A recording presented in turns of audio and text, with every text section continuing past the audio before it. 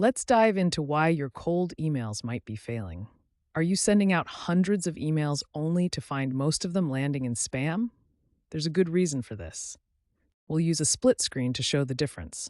On the left, we have a generic cold email, and on the right, a hyper-personalized email. Here's a typical generic email. It starts with "Hi, first name," a very common and impersonal greeting. The language is vague and doesn't address specific needs or interests. This kind of email is often flagged as spam. Now, look at the personalized email. It uses the recipient's actual name and references a specific recent activity, such as a LinkedIn post. This shows that the sender has done their research and is genuinely interested. As a result, this email lands in the inbox, not spam. The cocktail party effect refers to the brain's amazing ability to focus on one auditory stimulus, like a conversation, while filtering out other noises. This is crucial for brands trying to stand out in a noisy marketplace. Imagine a crowded party. Many conversations are happening at once, creating a cacophony of noise. This represents the cluttered environment where brands compete for attention. To cut through the noise, brands need contrast. A unique logo, a distinctive color, or a memorable tagline can make a brand immediately stand out from the competition. Repetition is also essential. By consistently reinforcing a message through multiple channels, brands can increase recall and create a lasting impression in the minds of consumers. The most effective strategy combines both contrast and repetition. By having unique, attention-grabbing elements and consistently reinforcing their message, brands can create a strong and memorable presence that cuts. The Benjamin Franklin effect is a fascinating psychological phenomenon. It suggests that people tend to like those for whom they do favors.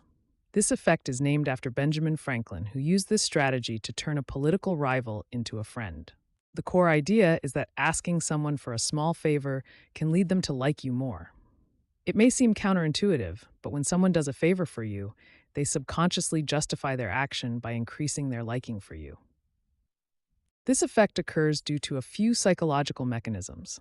Cognitive dissonance suggests we justify our actions to reduce mental discomfort. If we do a favor for someone, we reduce discomfort by liking them more. Self-perception theory suggests that we infer our attitudes from our behavior. Doing a favor leads us to perceive that we must like the person. To summarize, the Benjamin Franklin effect shows how asking for small favors can increase liking and build loyalty. This is effective in sales and is rooted in psychological principles like cognitive dissonance and self-perception theory. By understanding and applying the Baader-Meinhof phenomenon, also called frequency illusion, is the experience of noticing something new and then suddenly seeing it everywhere. Let's see how this works in advertising. In advertising, this means that repeated exposure to a brand increases its perceived relevance. Once you notice it, you tend to see it more often. This repetition leads to increased familiarity, enhanced brand recall, and a perceived importance of the brand in the consumer's mind. In advertising, while creativity is important, frequency often beats it in brand recognition. More exposure, even with simple ads, leads to better recall. In conclusion, repetition in advertising leverages the Baader-Meinhof phenomenon, enhancing brand recognition. Simple, repeated messages can be incredibly effective.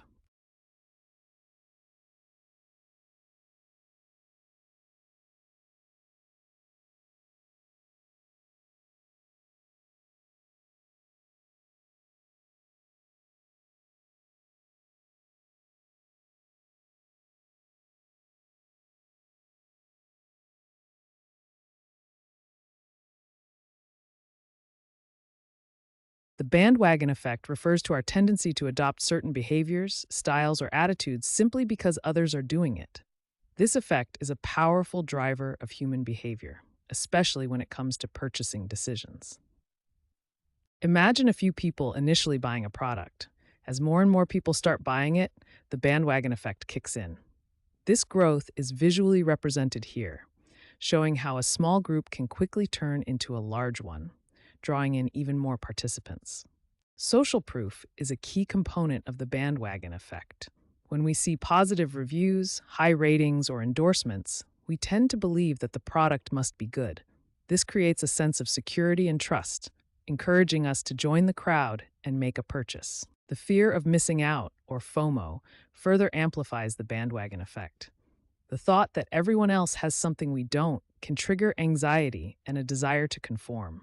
This can lead to impulse purchases driven by the fear of being left behind. The bandwagon effect is seen everywhere, from trending products and fashion trends to social media. The backfire effect is a cognitive bias where, when people are presented with evidence that contradicts their beliefs, they may reject that evidence and instead strengthen their original stance.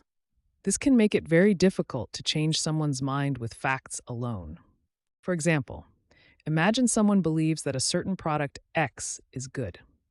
When presented with evidence that X is actually bad, the backfire effect can cause this person to believe that X is even better than they initially thought. So, if facts don't work, what does? Instead of relying on data and logic, try using stories, empathy, and relatable experiences. The aesthetic usability effect is a cognitive bias where users tend to perceive aesthetically pleasing designs as easier to use, regardless of their actual usability. This concept is crucial in UX design, where both functionality and visual appeal are important. Let's look at some examples. On the left, we have a design with clear fonts and an organized layout. On the right, we have a design that's cluttered and uses poor color choices. These examples highlight the difference between good and bad aesthetics. Even if both designs have the same functionality, users are likely to perceive the design on the left as easier to use simply because it looks more appealing. This is the essence of the aesthetic usability effect. In summary, remember that aesthetically pleasing designs are often perceived as more usable, even if their functionality is the same. Let's explore the concept of the 80-20 email, which suggests that short messages are more effective than lengthy essays. This concept is rooted in the 80-20 rule, also known as the Pareto principle, which states that 80% of results come from 20% of effort. First, let's understand cognitive load. This refers to the amount of mental effort being used in the working memory. A long email significantly increases cognitive load, requiring more effort to read, understand, and process the information. Next is decision fatigue. This is the deterioration in the quality of decisions made after a long session of decision-making. Reading long emails requires a lot of mental work, and this process causes fatigue, often leading to poor decision-making. Short emails reduce cognitive load and minimize decision fatigue. They are faster to read and respond to, leading to increased clarity and quicker action. This makes short emails far more effective in achieving their purpose. In conclusion, the 37% rule is a fascinating concept that provides a mathematical guideline for optimizing email follow-up strategies. It aims to maximize the number of replies you receive from an email sequence. Let's explore how it works. Let's visualize an email sequence. Here we have 5 emails, each sent after a certain time interval. The response rate increases with each follow-up, but not linearly. The 37% rule focuses on the point at which diminishing returns kick in. The mathematical basis of the 37% rule comes from the optimal stopping problem. The magic number 37% is approximated by 1 over e, where e is Euler's number, the base of the natural logarithm. This means, statistically, the best time to make a decision or stop exploring options is around 37% of the way through. Let's discuss the 7-38-55 rule, a concept that highlights how much each of the different communication channels affects your message. It shows that tone matters more than the actual words you use. The 7-38-55 rule states that in communication, only 7% of the message is conveyed through the words we use. 38% comes from the tone of our voice, and a significant 55% is communicated through body language. Let's break it down. The words component refers to the actual literal meaning of what you say. The voice component includes your tone, pitch, and volume, which greatly influence how your message is received. And finally, body language encompasses facial expressions, posture, and gestures. The tone of your voice is crucial because it conveys your emotions and intentions. It's not just about what you say, but how you say it. For example, a tone can express enthusiasm, sincerity, and confidence, which can make all the difference. When it comes to sales calls, the 7-38-55 rule is vital. Aim to be enthusiastic and genuine. Use a confident tone. and ensure your body language matches your tone. All of these elements work. Let's explore the 5-second rule, which highlights how speed builds trust in sales. Essentially, responding quickly to customer inquiries significantly increases credibility. This seemingly small action has a powerful impact on customer perception. Visualizing the impact, we see that responses within 5 seconds lead to higher trust, while delayed responses over 30 seconds often result in lower trust. The speed of your response directly correlates with how credible you appear to the customer. Psychologically, rapid responses signal competence and attentiveness. When you reply quickly, you show customers that you value their time and are ready to assist them, which builds confidence in your abilities and services. In practice, the 5-second rule can be applied to various scenarios, such as providing instant chat support in sales, sending quick email replies in customer service, and offering immediate troubleshooting in technical support. To conclude, remember that speed is crucial for building trust. Aim to reply within 5 seconds. Let's discuss the 2-second rule, which highlights how quickly subject lines either grab or lose a reader's attention. It emphasizes the brief window you have to capture interest with your email's subject line. Eye tracking studies are used to understand how readers visually scan text. These studies track where a person's eyes move, revealing which areas grab their attention the most. This helps us see how quickly a subject line captures the reader's focus. A curiosity gap is created when a subject line hints at something interesting but doesn't reveal everything. This makes the reader want to know more, prompting them to open the email to fill the gap in their knowledge. When a subject line is designed to create a curiosity gap, it attracts the reader's attention quickly, as shown by eye tracking studies. The combination of intrigue and visual focus makes the subject line more effective. In conclusion, to craft effective subject lines, make them concise, create curiosity gaps, use strong words, and continuously test different approaches. By understanding let's explore sensory branding, focusing on how sounds and scents can trigger recall. Let's first explore the power of sound.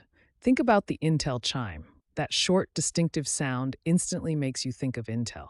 Now let's look at the power of scent. Singapore Airlines has a unique perfume that's used in their cabins.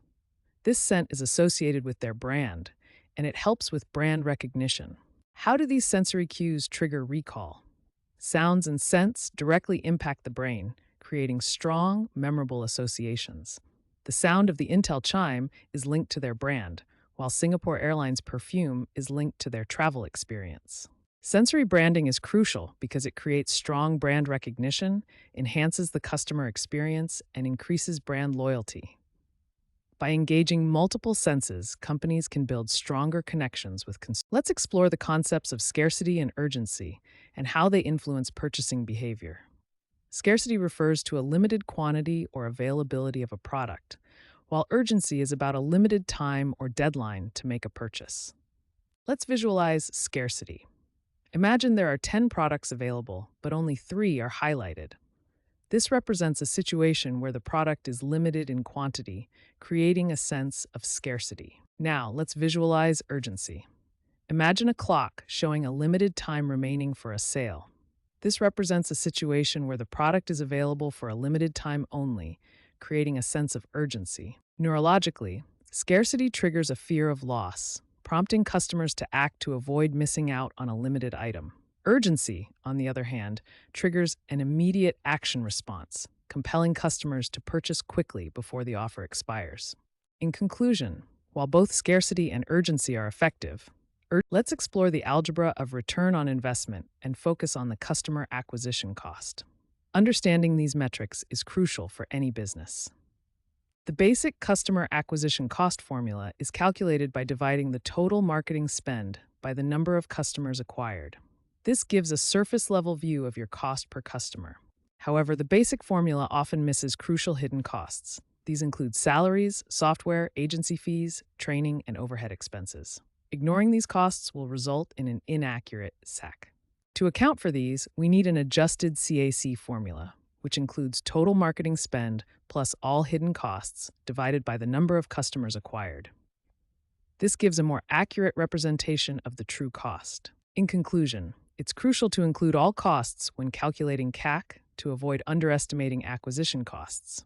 Doing so, let's explore the concept of persuasion, which explains how context shapes buying decisions. It's about setting the stage before you make the ask, influencing people's perceptions and readiness to buy. Context plays a crucial role in decision making. Even identical objects can be perceived differently based on the context in which they are presented. Notice how your feelings about the two circles might change based on their background colors. Priming involves subtle cues that influence a person's mindset.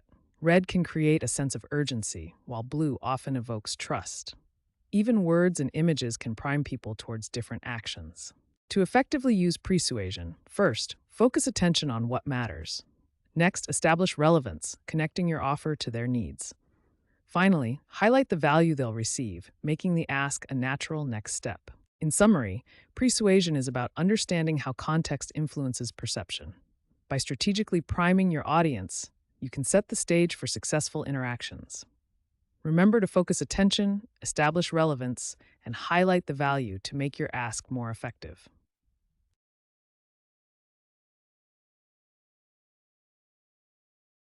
Mirror neurons are fascinating brain cells that fire both when we perform an action and when we observe someone else performing that same action.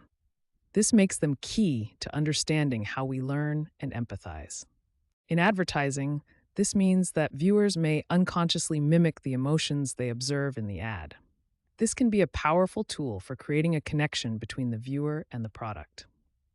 Consider a typical Coca-Cola ad, which often features people laughing and enjoying the drink.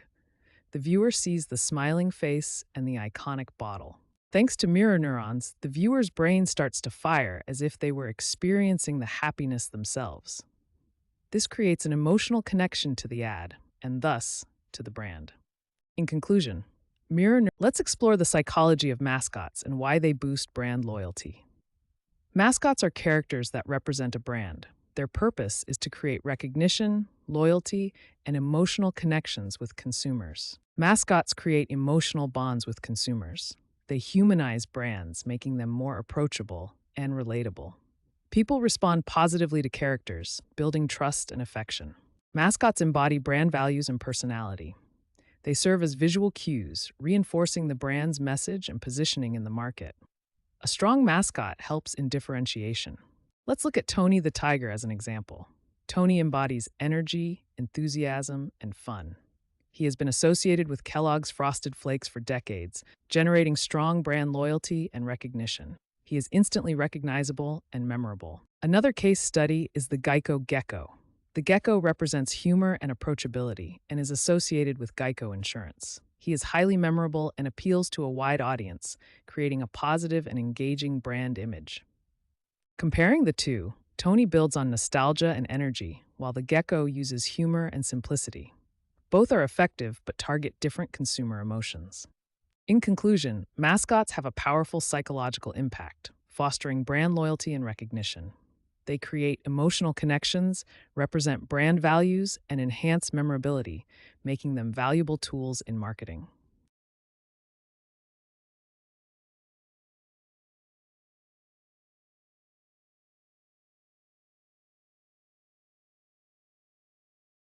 Mailing lists are one of the most valuable assets for affiliate marketers, providing direct access to potential customers.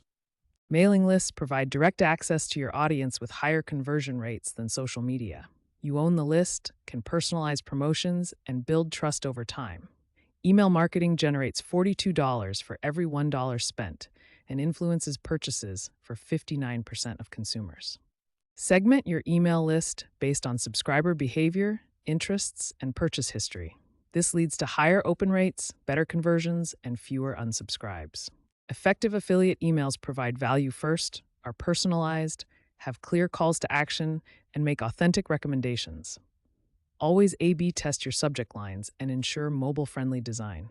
Automate your email marketing with sequences like welcome series, abandoned cart reminders, product launches, and re-engagement campaigns to maximize your affiliate commissions. Track email performance with key metrics including open rates, click-through rates, conversion rates, revenue per email, list growth, and unsubscribe rates to optimize your affiliate campaigns. To build your affiliate email empire, create valuable lead magnets, segment your audience, deliver value before promoting, automate key sequences, test regularly, and focus on building relationships. Remember, your email list is your most valuable marketing asset.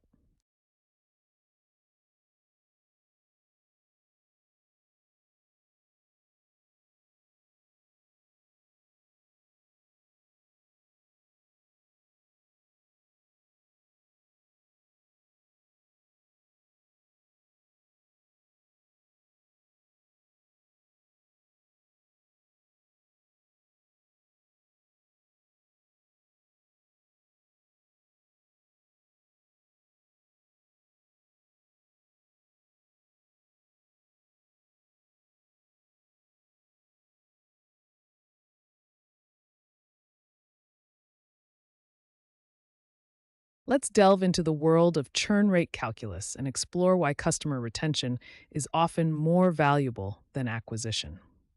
Churn rate is the percentage of customers who stop using your product or service, and a high churn rate can severely impact profitability and long-term growth. Acquiring new customers is often much more expensive than retaining existing ones. In fact, it can cost anywhere from 5 to 25 times more to acquire a new customer than to keep an existing one. This makes a strong case for focusing on customer loyalty. Loyalty programs are designed to increase customer engagement and satisfaction, leading to a significant reduction in churn. With a well-structured loyalty program, you can create a positive feedback loop that encourages customers to stay with your brand longer. Let's look at the mathematical model. Customer lifetime value, or CLV, can be calculated by dividing the average revenue per user, or ARPU, by the churn rate. For example, if your RPU is $100 and your churn rate is 20%, the CLV is $500. However, if you reduce the churn rate to 10% through loyalty programs, the CLV doubles to $1,000. In conclusion, churn rate severely impacts profitability. Retention is more cost-effective than acquisition. Loyalty programs are highly... Let's explore the dopamine loop and how it drives habit formation, particularly in the context of infinite scrolling. Understanding this mechanism is crucial for UX design. Infinite scroll is a UX pattern where content continuously loads as users scroll down a page. This eliminates the need to click next or reload, providing a seamless experience. Each time a user scrolls and new content appears, a small amount of dopamine is released in the brain. Dopamine is associated with pleasure and reward, which reinforces the behavior of scrolling. The dopamine loop consists of three main components: a trigger, an action, and a reward. In the case of infinite scroll, the trigger is the desire for new content. The action is scrolling, and the reward is the release of dopamine with the appearance of new content. It is crucial to design with ethical considerations in mind. Balancing user engagement with well-being is essential. UX designers should strive to provide meaningful content, offer users ways to control their usage, and be transparent about the design's intent. Understanding the dopamine loop is crucial for creating engaging and ethical user experiences. Let's design for good, creating interfaces that inform, entertain, and empower users without the risk of addiction. The door-in-the-face tactic is a persuasion strategy that involves making an initial large request, which is expected to be rejected, and then following up with a smaller, more reasonable request. This technique is designed to increase the likelihood of the smaller request being accepted. Let's visualize this. Imagine someone asks you to volunteer for 20 hours this weekend. This is the large initial request. Most likely, you would reject this request. It's too much time, and it's highly improbable that you would agree to it. The door-in-the-face tactic is used in various real-world situations, such as negotiating prices, asking for donations, or seeking favors. It's a common and effective technique in many forms of persuasion. In conclusion, the door-in-the-face tactic is a powerful persuasion strategy that leverages our psychological tendencies to feel obligated to reciprocate and perceive things in contrast. Remember, the curiosity loop is a pattern of generating curiosity and then satisfying it. This cycle is crucial for keeping audiences engaged, especially with serialized content. Let's explore how this powerful technique works. Serialized content is delivered in parts over time. Think about TV series, podcasts, blog series, or email courses. These formats are perfect for using the curiosity loop. Let's look at some examples of how serialized content is used. TV series often use cliffhangers at the end of each episode to keep viewers eager for the next one. Podcasts may tell a story over multiple parts, building anticipation.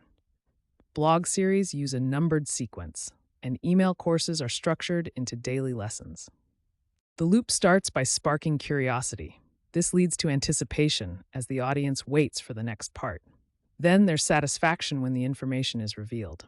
Finally, the loop resets and a new question is posed, creating an endless cycle of engagement.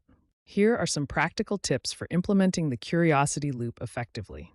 Ask intriguing questions that make the audience want to know more. Tease future content to build anticipation. Use cliffhangers to end parts in a way that keeps people coming back. Always provide valuable answers to satisfy the curiosity you've created.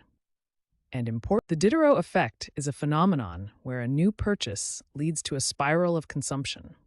It describes the tendency for a new acquisition to make you want to buy related items. For example, buying a new sofa might make you want to buy new pillows, a new lamp, or a new rug to match. The new sofa creates a sense of imbalance with your existing possessions, thus triggering more purchases. The psychology behind this effect stems from a desire for aesthetic consistency, maintaining a sense of balance and a feeling of incompleteness. The new item makes your old items seem inadequate, so you feel compelled to make more purchases. Upselling leverages the Diderot effect by offering a more expensive or premium version of the same product. The customer, already interested, may feel compelled to upgrade to a better model to maintain a sense of consistency and value. Cross-selling involves offering complementary products related to the initial purchase. A new laptop might prompt the need for a mouse or a laptop case or both, triggering further spending based on the Diderot effect. In summary, the Diderot effect is a powerful driver of consumer behavior where one purchase often leads to many. It's driven by our desire for consistency and is frequently used in upselling and cross-selling strategies. The decoy effect is a fascinating phenomenon that demonstrates how adding a seemingly irrelevant option can make a target product seem much more appealing. This effect plays on how people make decisions when presented with choices. Consider this: a small popcorn for $3 and a large one for $7. Now add a medium popcorn for $6.50. This medium popcorn acts as a decoy, making the large popcorn seem like a better deal, even though it didn't change. This is because people tend to avoid extreme options and prefer a perceived middle ground. The decoy creates a comparison that makes the target option more attractive by comparison, even if it's not the best absolute value. Here's another example: a basic subscription plan for $10 a month and a premium plan for $20. If we add a standard plan for $18 that is only slightly less than the premium option, most people will choose the premium plan even if they would not have without the decoy. In conclusion, the decoy effect shows how adding a seemingly inferior option can make a target option more attractive. This effect plays on psychological. The curiosity gap is a powerful technique used to pique someone's interest. It's the space between what we currently know and what we are compelled to find out. This tension drives people to seek out the missing information. Let's look at some simple examples. Think of a teaser that presents limited information. Then the intrigue is the question that this information creates in the viewer's mind. Finally, the resolution is the answer that fills the curiosity gap. In cold outreach, the goal is to create intrigue before you pitch. You can start by asking questions that spark curiosity. Share surprising data or insights that challenge conventional thinking. Offer a unique viewpoint that the prospect might not have considered. Lastly, use personalized hooks to make your message stand out. It's essential to combine curiosity with value. The question should not only intrigue, but also hint at a potential benefit. For example, instead of just asking a vague question, ask, "What if we could?" and follow with a concrete value proposition, such as, "What if we could help you increase conversion rates by 20%?" To summarize, the curiosity gap is about creating a gap in knowledge that motivates people to seek more information. Use intriguing questions. The curiosity gap is a technique that involves creating a gap between what people know and what they want to know. It's often used in headlines and content to entice viewers to click and learn more. Here's an example of a curiosity gap headline. You won't believe what happened next. The headline withholds specific information, creating a curiosity gap and making you want to click to find out what happened. Clickbait is a related concept that uses sensational headlines to attract clicks, often without providing real value. An example of a clickbait headline is "This one weird trick will." These headlines are designed to be enticing, but the content might not live up to the promise. The key is finding a balance between creating curiosity and being misleading. A good headline generates interest while still being relevant to the content. A bad headline exaggerates or withholds information to the point of deception. For example, "The secret to a successful morning routine" is a good headline, while "You won't believe what this celebrity ate" is a bad one. In conclusion, it's crucial to use the curiosity gap ethically. The contrast principle is a powerful technique that leverages the power of juxtaposition. It's about emphasizing differences to create impact and clarity, making your message more engaging and memorable. Let's visualize this. Imagine we have a before state, represented by a gray square, and an after state, represented by a blue square. The contrast between these two states immediately draws attention to the change. The impact of contrast is that it highlights the change, making it more noticeable. Without contrast, changes can be easily overlooked. The juxtaposition of the before and after states creates a clear visual narrative. The contrast principle is particularly useful in storytelling. By presenting a problem and then a solution, or showing a character's initial weakness followed by their strength, you create a powerful narrative that resonates with the audience. In conclusion, the contrast principle involves juxtaposing opposing ideas to highlight changes effectively. This principle is a powerful tool to engage your audience, enhance storytelling, and create a memorable impact. The contrast principle is a powerful psychological concept. It highlights how our perception of something is influenced by what we compare it to. This principle plays a significant role in many aspects of our lives, particularly in decision-making. Side-by-side pricing is a common tactic that leverages the contrast principle. When products with different prices are displayed next to each other, the higher-priced item makes the lower-priced item seem even more appealing, and vice versa. Here's a visual demonstration. A smaller circle appears even smaller when placed next to a larger circle. Similarly, a product priced at $100 seems like a better deal next to one priced at $200. The contrast makes the difference more pronounced. This effect is everywhere. In retail, high-priced items are often placed near mid-range items to make the latter seem more affordable. In real estate, showing less desirable houses first can make subsequent properties appear more attractive. Even in subscription services, offering a premium option can make the standard option look like a great deal. In conclusion, the contrast principle shows us that our perception is relative and heavily influenced. The commitment bias is a cognitive bias where we tend to stick with prior decisions and commitments, even if those decisions no longer serve us well. This bias plays a significant role in sales and marketing strategies. The commitment bias often unfolds in a cycle. It starts with a small initial request, which leads to an initial yes. This creates a desire for consistency, making individuals more likely to agree to a larger request later on. Let's consider an example. A company might ask a prospect, "Can we send you a free sample?" If the prospect says yes, they've made a small commitment to the brand. Now, after the prospect has received the free sample, the company follows up with a larger request. "Would you like to purchase a full-size product?" Because of the initial commitment, the prospect is more likely to say yes. This principle is used in various sales strategies. Free trials, low-cost initial offers, subscription services, and even simple sign-up forms are designed to get an initial commitment, making prospects more likely to buy later. In conclusion, understanding the commitment bias is crucial for sales and marketing. By starting with small requests, getting prospects to say yes early, and leveraging their desire for consistency, you can significantly increase the chances of making big sales.